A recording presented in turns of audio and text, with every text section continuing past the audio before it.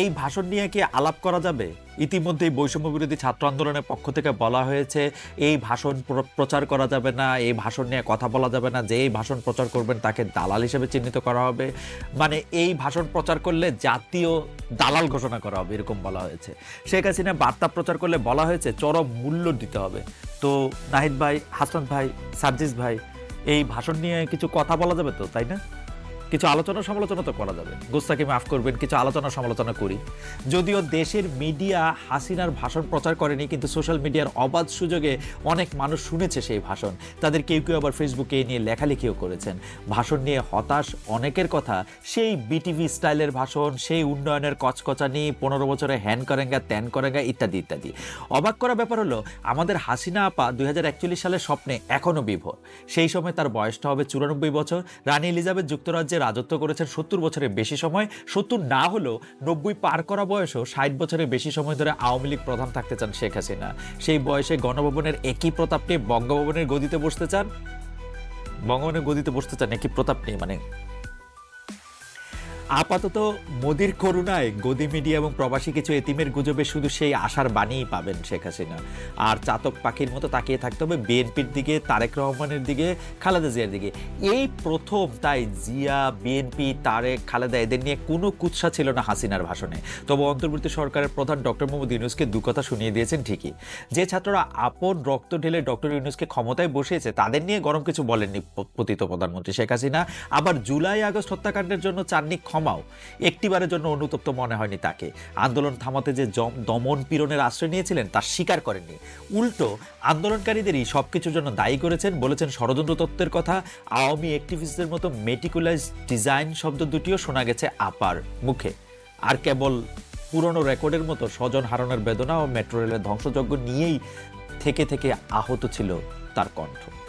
শেখ হাসিনা যখন ভাষণ দিচ্ছিলেন তখন 32 নম্বরের বাড়ির কঙ্কাল থেকে হাড়গোড় খোলা শুরু হয়েছে। এ নিয়ে তিনি খুব বেশি কথা খরচ করেনি, শুধু বলেছেন দেশের স্বাধীনতা কয়েকজন বুলডোজার দিয়ে ভেঙে ফেলবে এই শক্তি তাদের হয়নি। তারা একটি দালান ভেঙে ফেলতে পারবে কিন্তু ইতিহাস মুছে ফেলতে পারবে না। জি আপা, আমরাও মনে রাখবো অনেক ইতিহাস। গত 15 বছরের মনে রাখবো 3টি কথিত নির্বাচনের কথা, যেখানে ভোট ছাড়াই 154 জনের বিজয় আপনি চলে গিয়েছিলেন সরকারে, যেখানে খুশিতে ঠেলায় ভোট দেওয়ার অভিনয় হয়েছে, যেখানে ভোটের বাক্স ভরে গেছে আগের রাতেই, যেখানে ভোট হয়েছে আমিতে আর ডামিতে। এদিকে ফেব্রুয়ারি সামনে রেখে পালিয়ে থাকা আওয়ামী লীগ যখন হরতাল, অবরোধ, লিফলেট বিতরণের মতো কর্মসূচি ঘোষণা করে জানুয়ারির শেষ দিকে, তখন থেকে বিক্ষুব্ধ ছিলেন জুলাই আন্দোলনের নেতারা। এর মধ্যে শেখ হাসিনা ছাত্রলীগের আয়োজনে ভার্চুয়াল ভাষণ দেবেন 5 ফেব্রুয়ারি, এটা জানার পর থেকে তাদের ক্ষোভ আরও বেড়ে যায়। জ্বলন্ত এই আগুনে ঘৃতাহুতি দেন সোশ্যাল মিডিয়ায় প্রভাবশালী এমন একাধিক অ্যাক্টিভিস্ট।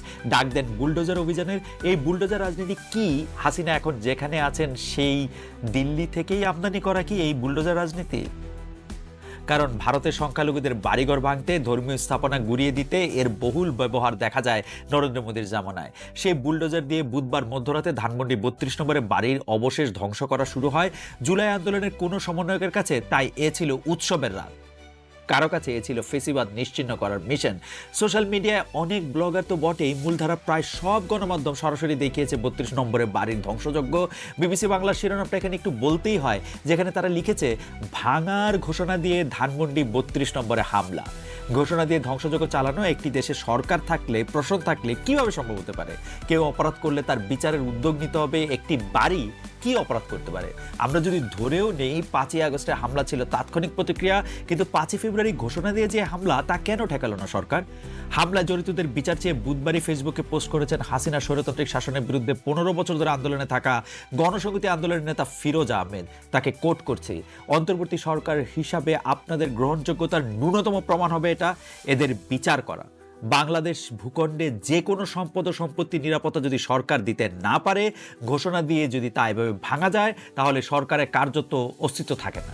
আর এই বুলডোজার বাহিনীর মাঝেও ফেসিবাদী ঔদ্ধত্যের সকল উপসর্গ আমরা দেখতে পাচ্ছি। রাজনৈতিকভাবে এরা যদি সফল হয়, বাংলাদেশ কয়লা হয়ে যাবে। আমার আশা এরা ব্যর্থ হবে। এই লোভী ও বর্বর মানুষগুলি জুলাই আগস্টের অভ্যুত্থানের ভাঙিয়ে বেশি দূর যেতে পারবে না। কোটেশন শেষ।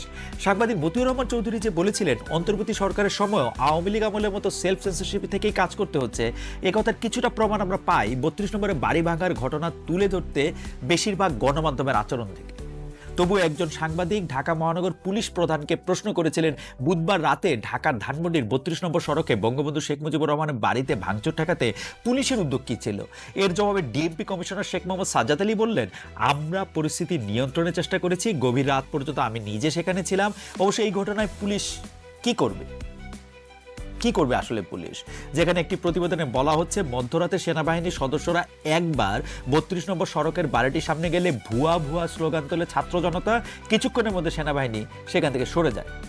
এখানে আরেকটু যোগ করে রাখি, বুধবার বৃহস্পতিবার শুধু ৩২ নম্বরের বাড়ি নয়, ঢাকার বাইরে খুলনা, যশোর, কুষ্টিয়া, বরিশাল, সিলেটে শেখ হাসিনা আত্মীয় এবং আওয়ামী লীগ নেতার বাড়ি সহ বিভিন্ন ভাস্কর্য ভাঙচুর করা হয়। এসব ঘটনা প্রতিরোধে এগিয়ে আসেনি সরকারি কোনো বাহিনী, আগুন নেভাতে দেখা যায়নি দমকল বাহিনীকেও। ঘটনা নিয়ে নীরব সরকারের উপদেষ্টারাও কথায় বলে মৌনতাই সম্মতির লক্ষণ। এখানে মৌনতাটা আরেকটু গাঢ়, কিন্তু সম্মতিটাও একটু গাঢ়। অবশ্য ভাঙাভাঙির অনেকটা পরে মৌনতা ভঙ্গ করে বৃহস্পতিবার গণমাধ্যমে বিবৃতি পাঠিয়েছে প্রধান উপদেষ্টা প্রেস উইং, যেখানে তারা বলেছে রাজধানীর ধানমন্ডির ৩২ নম্বরে শেখ মুজিবুর রহমানের বাড়িতে ভাঙচুরের ঘটনা অনভিপ্রেত ও অনাকাঙ্ক্ষিত। তবে পলাতক অবস্থায় ভারতে বসে জুলাই গণ অভ্যুত্থানের বিরুদ্ধে শেখ হাসিনার উস্কানিমূলক বক্তব্যের কারণে জনমনে গভীর ক্রোধের সৃষ্টি হয়েছে, যার বহিঃপ্রকাশ ঘটেছে। শুক্রবার আসার পর একই বিষয়ে বিবৃতি দিয়েছেন শান্তিতে নোবেলজয়ী আমাদের মাননীয় প্রধান উপদেষ্টা ডক্টর মোহাম্মদ ইউনূস। ডক্টর মোহাম্মদ ইউনূসের বিবৃতিতে আসার আগে ডক্টর মোহাম্মদ ইউনূসের প্রেস উইংয়ের বিবৃতিটার দিকে আপনি খেয়াল করেন। অর্থাৎ শেখ হাসিনা একটা বক্তৃতা দিছে, শেখ হাসিনা বক্তৃতা দিবে এটা শুই না মানুষজন উত্তেজিত হয়েছে, মানুষজন উত্তেজিত হইয়া ক্ষুব্ধ হইয়া ওই বাড়ি এটা ভাঙতে গেছে এবং সরকার এটা তাকায় দেখছে। প্রেস উইংয়ের বক্তব্যের মধ্যে এটা বোঝা যায়। প্রেস উইংয়ের বক্তব্যের মধ্যে এটা বোঝা যায় যে সরকার এরকমটা আর আশা করে না, কিন্তু সরকার আসলে তেমন কিছু করার ছিল না, কারণ হাসিনা বক্তব্য দিয়ে এই অকাজটা করছে। হাসিনা আরেকটা বক্তব্য দিলে কি করবেন? যাই হোক, আবার শুক্রবারে আসার পরে এই বিষয়ের বিবৃতিতে ফিরে আসি। নোবেলজয়ী আমাদের মাননীয় প্রধান উপদেষ্টা, শান্তিতে নোবেলজয়ী আমাদের মাননীয় প্রধান উপদেষ্টা ডক্টর মোহাম্মদ ইউনূস তার ভেরিফাইড ফেসবুক পেজে বলেছেন, শেখ হাসিনা পরিবারের সম্পত্তি ধ্বংস থেকে বিরত থাকার আহ্বান জানিয়েছেন তিনি। তার বিবৃতি থেকে আর কিছুটা কোট করি। প্রধান উপদেষ্টা বলছেন, রক্তক্ষয়ী আন্দোলনের মাধ্যমে অর্জিত নতুন বাংলাদেশের বিজয়ীদের নিশ্চয়ই এমন কিছু করা উচিত হবে না যা দেশের বর্তমান গণতান্ত্রিক প্রতিষ্ঠানগুলোকে প্রশ্নবিদ্ধ করে এবং স্বৈরাচারী হাসিনার আমলের সঙ্গে তুলনা করার সুযোগ সৃষ্টি হয়। কোটেশন শেষ। প্রধান উপদেষ্টা যে বলেছেন, আগের দিনে সরকারি বিবৃতিতে তেমনটা কি ছিল, যে কথা আমি বিবৃতিটা পড়ার পরে কইছিলাম, তেমনটা ছিল না। কিন্তু সরকারি বিবৃতি হাসিনার আমলে যারা লিখতেন সেই লেখকেরা কি এখনো রয়ে গেছেন? অন্যের কাঁধে দায় চাপানোর এই সংস্কৃতি থেকে মুক্তির উপায় আসলে কি? মুক্তি আপাতত নেই, তবে সরকার চাইলে সুরক্ষা করতে পারে। যেমন বৃহস্পতিবার আমরা দেখলাম কারণবাজারের সেনা সদস্যরা প্রথম আলোর প্রধান কার্যালয়ে পাহারা দিচ্ছেন, কারণ বুলডোজার অভিযানের ঘোষকেরা এখানে এসে হাসিনার সঙ্গে একমত। তিনি যেমন প্রথম আলোর ডেইলি স্টারের প্রতি ক্রমাগত ঘৃণা উৎপাদন করে গেছেন 15 বছর ধরে, গত 6 মাস ধরে ভাঙাভাঙির উস্কানিদাতারাও দেশের প্রথম সারির পত্রিকা দুটিকে দিল্লির দোসর বলে গালাগালি করেই যাচ্ছে। অবশ্যই এই বৃহস্পতিবার এসে আমরা দেখলাম ডেইলি স্টারের প্রশংসায় পঞ্চমুখ পাকিস্তানের বিখ্যাত সাংবাদিক হামিদ মির।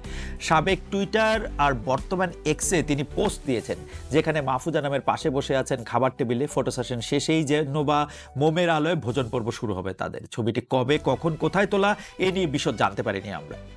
আওয়ামী লীগের বয়ানের বাইরে যেতে হলে ভারত ফেলে পাকিস্তানকে পাশে নিতে হবে, এই চর্চা বাংলাদেশে পুরনো। দিল্লিও যেন বা তাতে তেল, মোবিল, গ্রিজ দিয়েই চলেছে। তাই ৩২ নম্বরে বাড়ি ভাঙা নিয়ে আনুষ্ঠানিক বিবৃতি দিয়েছে তারা। ভারতের পররাষ্ট্র মন্ত্রণালয়ের মুখপাত্র রণধীর জয়সওয়াল বলেছেন, দখলদারত্ব ও নিপীড়নের বিরুদ্ধে বাংলাদেশের জনগণের বীরত্বপূর্ণ প্রতিরোধের প্রতীক হয়ে ওঠা শেখ মুজিবুর রহমানের ঐতিহাসিক বাসভবনটি 5 ফেব্রুয়ারি ধ্বংস করা হয়, যা দুঃখজনক। বাঙালির পরিচয় গড়ে দেওয়া স্বাধীনতা সংগ্রামের মূল্য যারা দেন এবং এই নিয়ে যারা গর্ববোধ করেন, তাদের প্রত্যেকেই এই বাসভবনের গুরুত্ব বোঝেন। এদিকে বৃহস্পতিবারই ঢাকায় ভারতের ভারপ্রাপ্ত হাইকমিশনারকে তলব করে বাংলাদেশের পররাষ্ট্র মন্ত্রণালয়, তার হাতে তুলে দেওয়া হয় প্রতিবাদপত্র। কি আছে তাতে? পররাষ্ট্র উপদেষ্টা তৌহিদ হোসেন ঢাকায় সাংবাদিকদের বলেছেন, ভারতে বসে শেখ হাসিনার বক্তব্য প্রধানত মিথ্যা, যা অস্থিতিশীলতার উস্কানি দিচ্ছে বাংলাদেশে। এ কারণে আমরা বলেছি এই চর্চা বন্ধ করার জন্য তারা যেন ব্যবস্থা নেন। বৈষম্যবিরোধী ছাত্র আন্দোলনের আহ্বায়ক হাসনাত আব্দুল্লাহ অবশ্য কূটনীতিক রীতিনীতি বিবৃতির ধার ধারেননি। 5 ফেব্রুয়ারি প্রথম প্রহরে তিনি ফেসবুকে লিখেছেন, হাসিনাকে বক্তব্য প্রকাশের সুযোগ দেওয়াকে বাংলাদেশের ফেসিবাদ বিরোধী জনগণের বিরুদ্ধে ভারতের যুদ্ধ হিসেবে দেখি। এদিকে সমন্বয়কদের কেউ কেউ বুলডোজার অভিযানের পক্ষে বললেও মাস্টারমাইন্ড খ্যাত সমন্বয়ক সরকারি উপদেষ্টা মাহফুজ আলম আর ভাঙাভাঙিতে না থেকে গড়ার দিকে যেতে চেয়েছেন। কোট করছে তার ফেসবুক পোস্ট থেকে, অনন্ত ভাঙা প্রকল্প আমাদের জন্য ভালো ভবিষ্যতের ইঙ্গিত বহনা। গড়ার প্রকল্পগুলি খুব দ্রুতই শুরু ও বাস্তবায়ন হবে। আপনারা গড়ার কাজে সক্রিয় হন। সংস্কার কমিশনের প্রস্তাবনাগুলো বাস্তবায়ন শীঘ্রই শুরু হবে। আহত ও নিহতদের পরিবারের পুনর্বাসন ও জুলাই গণহত্যার বিচারের কাজও চলমান। এ মাসে এই কাজগুলো আরও গতি পাবে। কোটেশন শেষ।